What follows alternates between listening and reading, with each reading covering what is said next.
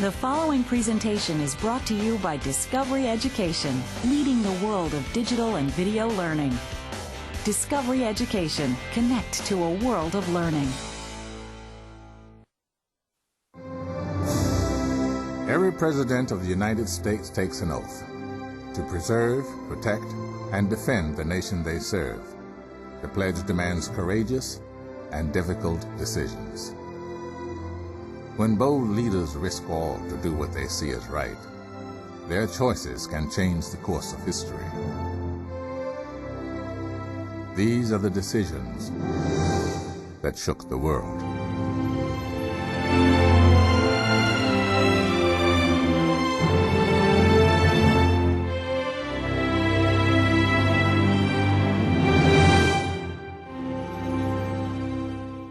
We all make tough choices, but when you're sitting in the Oval Office as President of the United States, the decisions you make will affect millions of people. Imagine it's 1980 and you're Ronald Reagan. You've just won the presidency promising confrontation with the Soviet Union. You believe your approach is the best way to end the Cold War. But a lot of people think you'll be risking a nuclear war. Do you stick with what you believe or listen to critics telling you to back off? Communism, the greatest hoax of the century, was perpetrated on the world to cover and mask nothing more nor less than a program of Russian aggression and expansion. We must go forth from here united, determined. There is no substitute for victory. Since the dawn of the nuclear age, the United States and the Soviet Union have been locked in a dangerous power struggle. The threat has been nothing less than global annihilation. Now, Americans have elected a new president, one who is prepared to take a radically different and dangerous approach. In December of 1980, as Ronald Reagan prepares to assume office, the former actor turned Cold Warrior is determined to make good on his long-held convictions.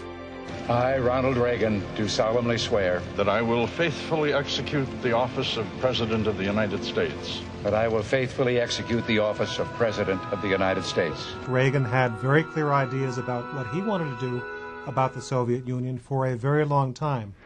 He felt that the only way you get another side to negotiate and take you seriously is to build up your power, threaten them, make them fear you, and then they're going to bargain in a serious way. He felt that for a long time American presidents had not done that. Now was his time to try. Now Reagan finds himself faced with the biggest decision of his political career. He can either back away from his anti-Soviet campaign rhetoric or try and break the stalemate of the Cold War through confrontation, a choice which could lead to unimaginable destruction. Ronald Reagan entered office with an agenda. He didn't just want to be president. He wanted to be president because there were things he wanted to do. And his basic idea was that if they want an arms race, we will have an arms race, and we are so powerful economically that they won't be able to keep up.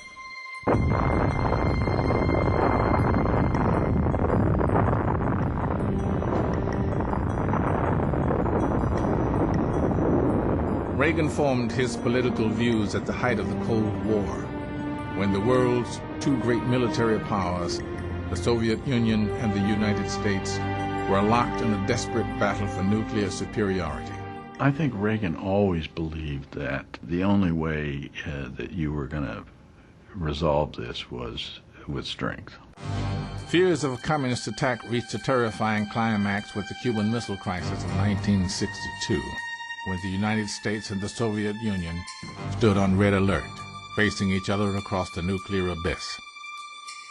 President Kennedy called the Russians bluff, but like many hardcore conservatives, Ronald Reagan still believed the Democrats had been too soft on the Soviets.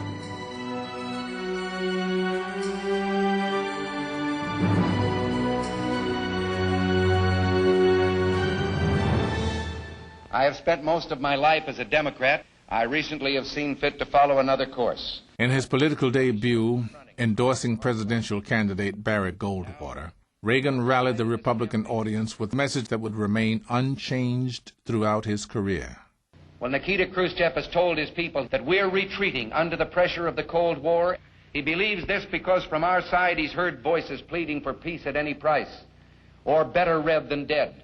Or as one commentator put it, he'd rather live on his knees than die on his feet. Those voices don't speak for the rest of us.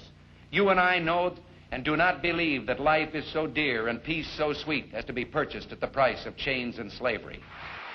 Reagan's message electrified America's conservatives. In 1976, after serving 2 terms as California's governor, Reagan came very close to snatching his party's presidential nomination from the incumbent President Gerald Ford. On the last night of the convention, Ford invited Reagan to the podium. Speaking without notes, Reagan's heartfelt address was not what the delegates expected. We live in a world in which the great powers have poised and aimed at each other horrible missiles of destruction, nuclear weapons that can in a matter of minutes arrive in each other's country and destroy virtually the civilized world we live in. I think he seriously believed that Armageddon could happen. And that was a basic theme. He didn't talk about welfare reform or about the economy, and he never mentioned Ford's name either. He talked about nuclear weapons. In 1979, as he prepared another run for the White House, Reagan had another revelation deep in the heart of the Rocky Mountains. He visited the top-secret military installation, NORAD, Defense Command for North America. He was going out to NORAD, and I drew the short straw. I got to fly out on that particular trip. And all I remember is that we get out there, and we were briefed the whole day. And at the end of the day, we were sitting in the general's office. Here, Reagan learned a terrible truth. Reagan said, "What could we do to defend ourselves if the Soviets ever launched a nuclear strike attack?" He was told nothing. Reagan was fully aware of the fact that we had no defense against an incoming nuclear missile. I think we all did, but it kind of reinforced it to have the general of this incredible facility say that we're helpless. And the fact is that Reagan left that briefing thinking there should be some alternative besides getting this fabulous information real quickly.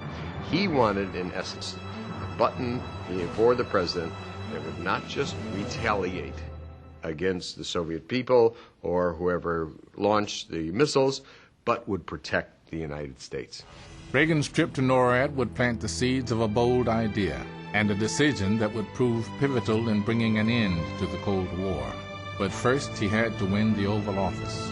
During a time when the Soviet Union may enjoy nuclear superiority over this country, we must never waver in our commitment to our allies, nor accept any negotiation which is not clearly in the national interest. With a deep awareness of the responsibility conferred by your trust, I accept your nomination for the presidency of the United States. In 1980, on his second try for the presidency, Reagan won his party's nomination. Governor Ronald Reagan and Mrs. Nancy Reagan. In the campaign of 1980, he stood alone on a great many issues. And he told the American people basically where he stood. As the 1980 election neared, the ongoing hostage crisis in Iran only reinforced America's perceived weakness overseas. We must ask ourselves, is America more secure? Are we more confident of peace in the world than we were just 4 years ago? The voters embraced Reagan's message of peace through strength. And on November 4th, 1980, Ronald Reagan was swept into office. You know, Abe Lincoln, the day after his election to the presidency, he said, "Your troubles are over now. Mine have just begun." After the election, Nixon was happy to come in and say to Reagan, all of those things you've been talking about were interesting, but we really have to get back to dealing with these people in a realistic way. We did need to have a much stronger position vis-a-vis the Soviet Union because they were relentlessly building an awesome military machine, and it did have a real effect on not only the military balance, but on the psychological balance with allies in Europe and around the globe. The day after his inauguration, Ronald Reagan makes his foreign policy clear. In his first press conference as president, he makes his case for confronting rather than appeasing the Soviets. Sam? Mr. President, what do you see as the long-range intentions of the Soviet Union? Do you think, for instance, the Kremlin is bent on world domination that might lead to a continuation of the Cold War? Or do you think that under other circumstances, détente is possible? Well, so far, détente's been a one-way street that the Soviet Union has used to pursue its own aims. The only morality they recognize is what will further their cause, meaning they reserve unto themselves the right to commit any crime, to lie, to cheat, in order to attain that, and that is moral, not immoral. And we operate on a different set of standards. And everybody said, oh my God, this is great stuff for a radio announcer or a political speaker, but for a new president, this is just astonishing. Oh, I don't think there's any question that early on Reagan wanted the Soviets to know by both what he was saying and in other actions that this was a new era and somebody who had firm beliefs and was not going to back down. But just 70 days into his presidency, all his plans will be put on hold in one terrible moment. Mr. President!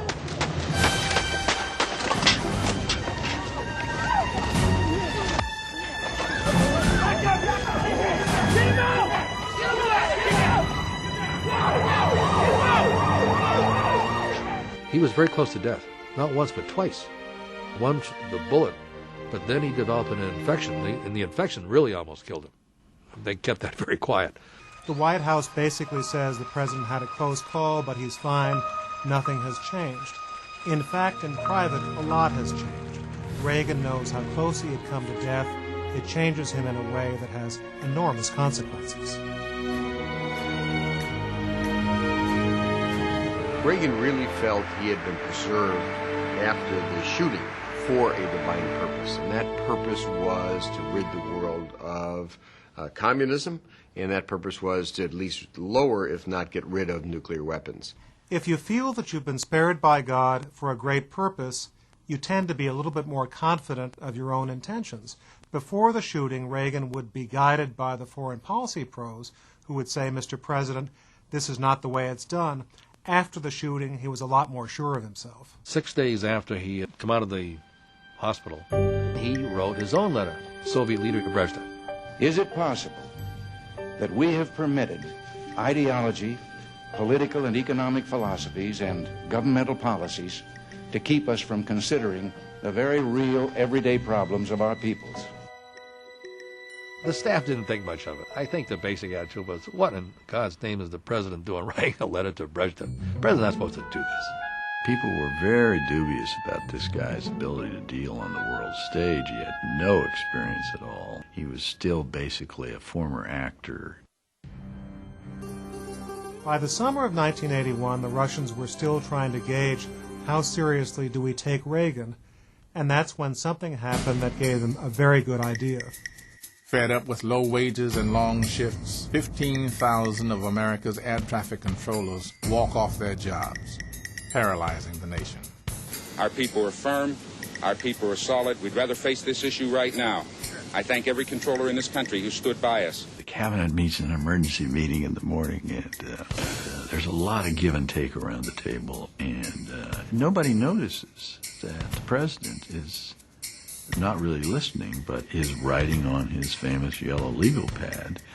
And after 15 or 20 minutes of everybody ignoring the president, Reagan says, excuse me, but would you just listen to this for a minute? This morning at 7 a.m., the union representing those who man America's air traffic control facilities called a strike. 15 minutes later, he was in the Rose Garden reading his yellow pad. That became the policy. They are in violation of the law, and if they do not report for work within 48 hours, they have forfeited their jobs and will be terminated. What we now know is that in Moscow, the people in the Kremlin were looking at this and saying, holy cow, Reagan is absolutely serious about what he's saying. If he did this to the air traffic controllers, he'll do that to us. As he begins his second year in office, Reagan puts the Soviets on notice, ratcheting up his rhetoric. The objective I propose is quite simple to state. The march of freedom and democracy, which will leave Marxism, Leninism on the ash heap of history as it has left other tyrannies which stifle the freedom and muzzle the self-expression of the people. It was a very tense period. There's still a lot of things that historians need to find out about this, as to how much the Soviets believed Reagan. And I think they were almost in some ways afraid of him. Reagan hopes his tough talk will force the Soviets to negotiate a reduction in nuclear arms. But his risky strategy has another effect on the public. On June 13, 1982, over 2 million people show up for an anti-nuclear demonstration in Central Park. I am ordering your arrest at this time for disorderly conduct. They're demonstrators from 34... Reagan offers no response. Instead, he continues to challenge the very legitimacy of the Soviet Union. Let us be aware that while they preach the supremacy of the state, declare its omnipotence over individual man, and predict its eventual domination of all peoples on the earth, they are the focus of evil in the modern world. Then in March of 1983, Reagan decides to raise the stakes with a new initiative that the Soviets could never have imagined. It is called SDI, the Strategic Defense Initiative, or as its detractors would call it, the Star Wars program. What if free people could live secure in the knowledge that their security did not rest upon the threat of instant U.S. retaliation to deter a Soviet attack, that we could intercept and destroy strategic ballistic missiles before they reached our own soil or that of our allies? Overstating it a bit, it was like it was on the grocery shelf and all we had to do was have the will and the money and it was here. And of course 24 years later we still don't have it, and we will one of these days, but he was way off in his time frame. He was very naive on that, but he was dedicated to SDI. Many of the Russians said the only reason that Reagan could be developing SDI is because he intends a first-strike nuclear attack against the Soviet Union, and he doesn't want retaliation. That was about as dangerous as could be. Adding to the Soviet fears of a first strike, Reagan also authorizes the deployment of American Pershing II nuclear missiles in West Germany. Does he really mean it? Tough rhetoric, huge build-up, seemingly moving toward nuclear confrontation. People in this country were very concerned about it. People in Europe were concerned about it, and if the Soviets, if I perceive them correctly, they were very concerned about it. On September 1st, 1983, a commercial Korean jetliner is shot down over Russian airspace. Although the Soviets initially deny responsibility, Reagan's reaction is immediate. This crime against humanity must never be forgotten. Despite the savagery of their crime, the universal reaction against it, and the evidence of their complicity, the Soviets still refuse to tell the truth. They have persistently refused to admit that their pilot fired on the Korean aircraft. Reagan said this is an example of the fact that it's the Soviet Union at war with the world that ratcheted up the competition between the two countries, increased the danger of nuclear war. In the wake of the airliner shooting, air traffic to the USSR is virtually non-existent. But a private citizen named Suzanne Massey boards a plane for Moscow, determined to continue her research on the cultural history of Russia. There was nobody on the plane but me. When we landed, and this is a sight never will I forget, there was not one soul in that huge airport. About 2 or 3 sad-looking soldiers sitting there watching. Nobody. Because nobody was flying. Relations were just absolutely nadir. With official lines of communication down between the superpowers, the Soviets are trying back-channel routes to send a message to the United States. Massey finds herself in the unlikely position of messenger when she is summoned to a meeting with a KGB general. He pounded his fist on the table, looked at me with his really flashing black eyes and said, "You don't know how close war is." I remember once I asked Reagan, what would he have done if the Soviets had launched an attack on the United States? Would he have responded? And he said yes, there would have been Armageddon.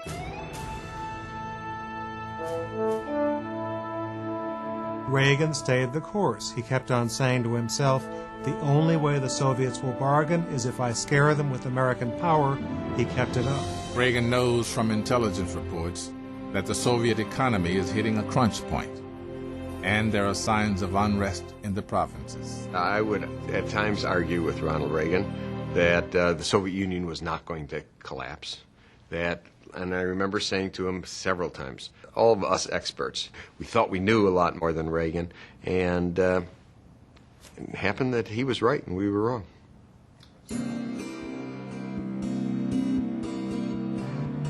Word reaches Reagan about Suzanne Mass's encounter with the KGB. And in January of 1984, he agrees to her request for a meeting. Nice to see you again. How are you? Reagan would invite Massey to the White House regularly to help expand his knowledge of the land she knew so well. Oh, thank you.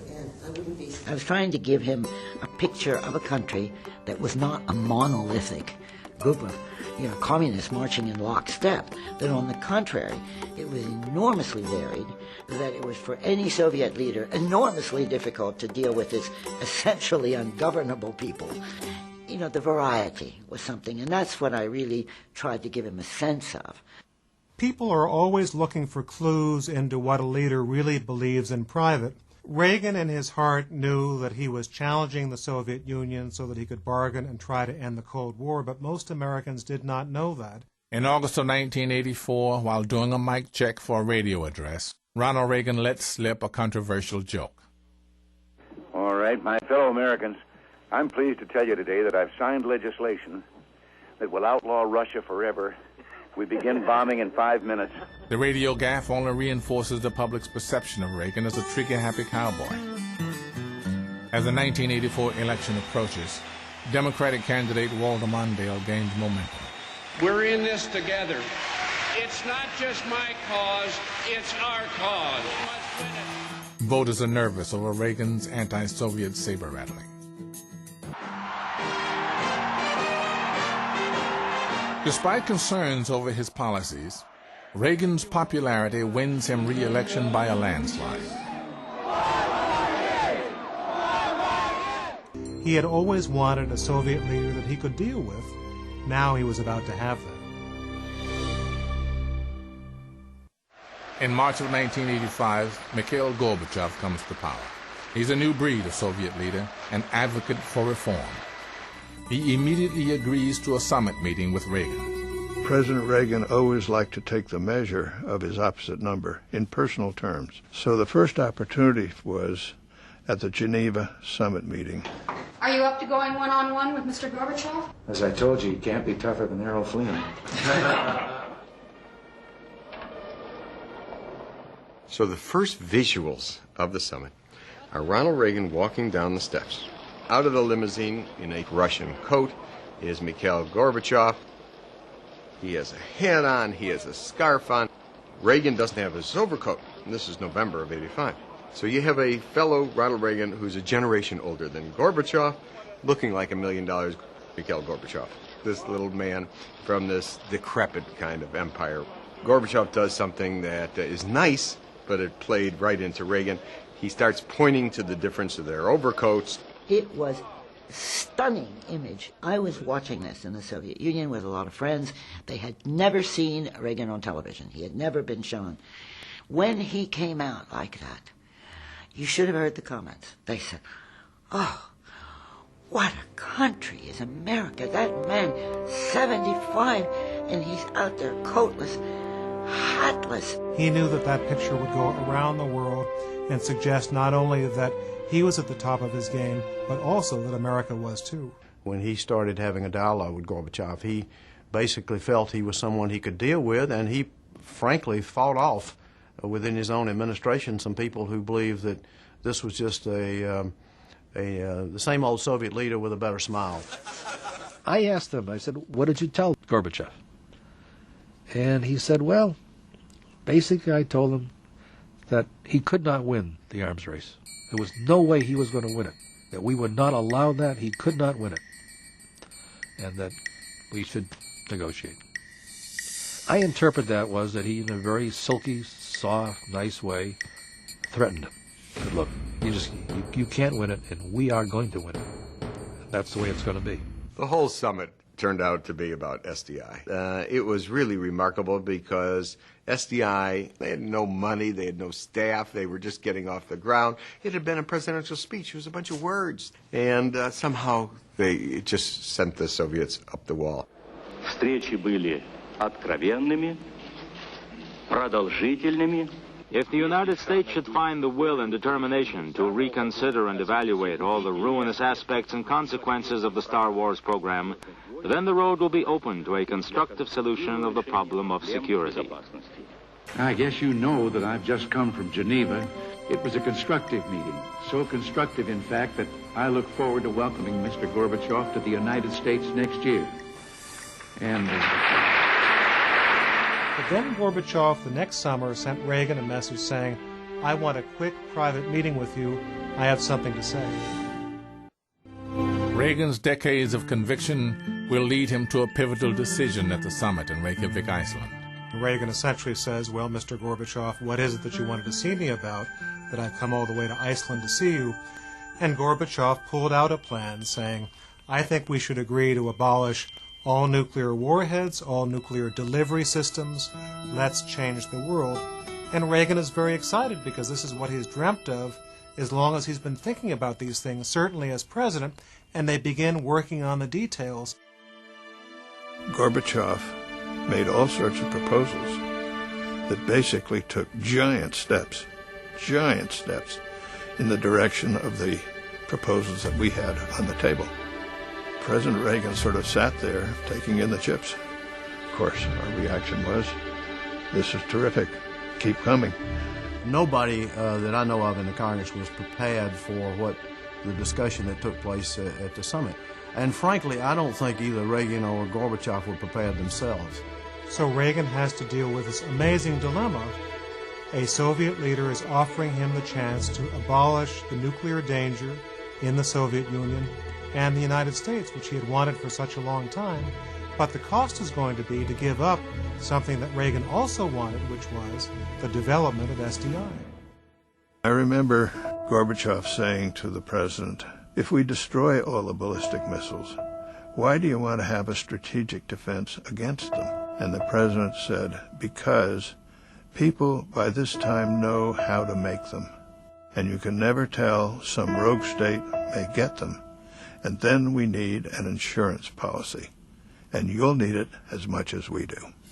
Reagan decides that the price of sacrificing SDI is too great. He turns Gorbachev down. The public saw Reagan and Gorbachev stalking out of that building, and some of them thought there was even going to be some kind of a new Cold War because these were two leaders who were obviously parting in anger. Gorbachev said something like, "I don't know, Mr. President, what more I could have done." And President Reagan said, "You could have said yes." He couldn't even sit down. He was so mad. He was walking around. He said, "We came this close, and I don't know why he did that." And he was just really angry about the whole thing. There was a stubbornness to Reagan when he thought he was right. And the more you sort of pushed him, the more stubborn he became. The General Secretary wanted wording that in effect would have kept us from developing the SDI for the entire 10 years. In effect, he was killing SDI. And unless I agreed, all that work toward eliminating nuclear weapons would go down the drain. Canceled. I told him I had pledged to the American people that I would not trade away SDI. There was no way I could tell our people their government would not protect them against nuclear destruction. Reagan felt that the way to deal with Gorbachev was to try to engender trust, but at the same time keep the pressure on Gorbachev to give things up. On December 8, 1987, Gorbachev comes to Washington to sign the Intermediate Range Nuclear Forces Treaty. But there are no concessions related to SDI. Reagan's strategy of peace through strength has paid off. We have listened to the wisdom in an old Russian maxim, and I'm sure you're familiar with it. Mr. General Secretary, though my pronunciation may give you difficulty, the maxim is, doverjai no proverjai, trust but verify. Назначение этого. На каждой встрече вы это повторяете. You repeat that at every meeting. A few months later, Gorbachev invites Reagan to visit the Soviet Union. You had a scene that you never expected to see. Ronald Reagan in Red Square walking alongside his friend, the leader of the Soviet Union, Mikhail Gorbachev. And the reporters come up to Reagan, and they're also astounded by what they're seeing. They never could have imagined it. Do you still think you're in an evil empire, Mr. President? No. I can only tell you that we have both agreed that talking to each other instead of about each other is the way to keep out of trouble. In December of 1988, Ronald Reagan meets his friend Mikhail Gorbachev for the last time as President of the United States. The Soviet Union is still in power. Eastern Europe still suffers behind the Iron Curtain, and the Berlin Wall still stands. But Ronald Reagan has laid the groundwork for a global transformation. Was Ronald Reagan responsible for the end of the Cold War? We really don't know yet. It's entirely possible if someone else had been there, it would have happened too. I don't think it would have happened as quickly because there was no one else that was doing it in the way he was doing it.